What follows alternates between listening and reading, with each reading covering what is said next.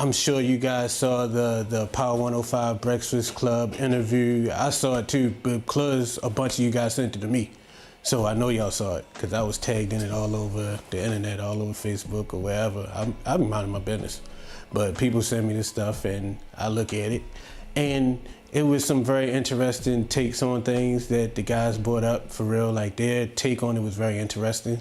And so I'm hoping that by me giving my side, like, some things even seem like they had questions. Like, maybe I didn't properly communicate myself even to them at some point. So here's what I feel about it. Before, when they spoke about the shooting that took place in Paris, before that happened, like the night before that happened, I opted to stay on the tour bus when everybody else went back to their hotel rooms, because I just had, like, I felt troubled and vexed in my spirit. So I didn't want to bring that negative energy around everybody who's having a good time. So I stayed on the tour bus. And if I'm on a team, I want to make a difference. Like, I used to wish that R&B groups could do trades like how basketball teams and football teams do. I would rather be on a team that's not really successful and hasn't won a lot of games, but when I come, I start to make a difference, rather than to be on a team that's winning every game. So when I come in, it's really nothing for me to do but just sit on the bench and cheerlead. I want to earn my keep. So the fact that I felt like I wasn't being used, it's like a person in school that feel like that they not being challenged and you just sitting there. And that's how I felt in the group, that I was just basically sitting there. So after a while, I just grew tired of that, and I felt like that I could be used more effectively somewhere else. So me praying and being very spiritual, I felt like that I could be more instrumental in being used in the gospel field.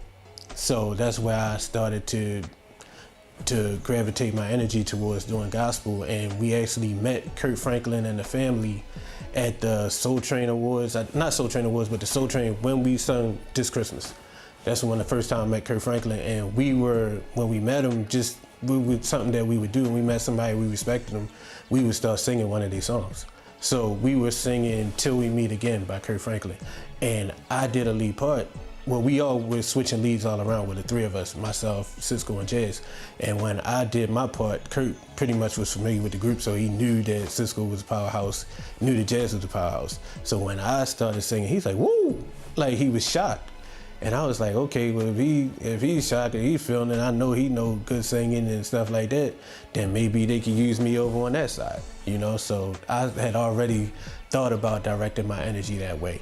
So when the shooting happened, the night before, getting back to where I started, the night before that shooting, I prayed and I said, why is it that I'm putting forth 100%, just like everybody else is putting forth 100%? But when we get on stage, everybody else is getting more screams than me. Everybody else is getting more attention than me. And I heard a voice. It wasn't to be spooky. It wasn't like I didn't see anything, but I heard a voice say very clearly to me, you're never gonna get what it is that you want until you're doing it for me.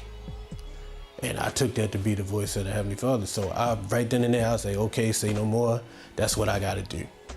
But the next day, me being the softie that I used to be, when I saw everybody, mind you, I said I spent the night on the tour bus away from everybody. So when everybody saw me, I saw everybody, we were happy to see each other, because it was kind of like a family, for better or for worse. So I get back around everybody would dap me up, everybody doing this, hugging and all that. I kind of lost heart to tell everybody what I wanted to say about leaving the group. So fast forward to the next day, we singing in Paris, we do a show, and even when we got there, some local people told us, y'all gonna be fighting tonight. We looking at them like they crazy, because they said, and so then they continued on and they named a couple rappers. I'm not gonna say nobody's name because I don't know who what their name said or not, but they said this person was here last week and it was a fight. This person was here last month and it was a fight. This group, hip hop group, was here before that and it was a fight. So what our response was, it was myself and Kevin, the group's manager. Kevin said it, I didn't say anything, but I was thinking it. He said, those guys are hip hop. They sing songs that get people riled up and excited. We singing love songs. When we finish, everybody gonna be looking for the closest honey that they can grab up and try and take something home. So that was kind of sort of our mindset. But when we got there, sure enough, So whatever hotheads or whatever people that were probably the same ones that were fighting with everybody else, maybe they just had a bone to pick with people that came over, whatever the deal might have been. I heard things, but I don't want to say that because I don't know that it's 100% true, what I heard. But anyways, the fight happened. And then the whole time the fight was happening, the only thing I could think in my head was the story in the Bible of Jonah and the whale, where the Heavenly Father told Jonah to go to Nineveh and preach. And Jonah didn't do that, and he went to another place. And as a result, the ship started rocking and it was a storm and everybody could have died. And the same thing with that situation, with that shootout, everybody could have died because the Lord wanted one person's attention, which is my attention, to come out of the group. So I feel like I left and did everybody a favor, whereas though they feel like I left and did a disservice, I feel like I left and did everybody a favor. And the reason why I did it on the Will Smith video is because, once again, I lost heart. I told them while we were still overseas, but I feel like I lost heart. Everybody started being extra nice to me, so I started sticking around. When we got to the Will Smith video, the whole group was there for like a whole day and none of us shot anything. The only person that was shooting was Cisco. So I felt like Will Smith really didn't care if I was there or not. So because I felt like he didn't care if I was there or not, I decided not to be there. I had me something nice with me and we went back to the hotel, and that was basically it. And the next day when they came and do more recording, I didn't sing Noke. I played a song by John P. Key called I Bow Out Gracefully for everybody. And you sat in your chair and cried like a newborn baby. So don't make it like I was in there singing and pledging and doing whatever. You were crying. I played the song for everybody, which was the nicest way I felt to bow out of the group in the most respectful way. And I did, like you said, offer to stay and finish up the tour, the next tour, or finish up whatever needed to be finished. And Cisco said to me, yo, if you're gonna leave, you might as well leave now so we can get used to the way how it's gonna be without you here. And on that note, I told them to book me a flight and I went home.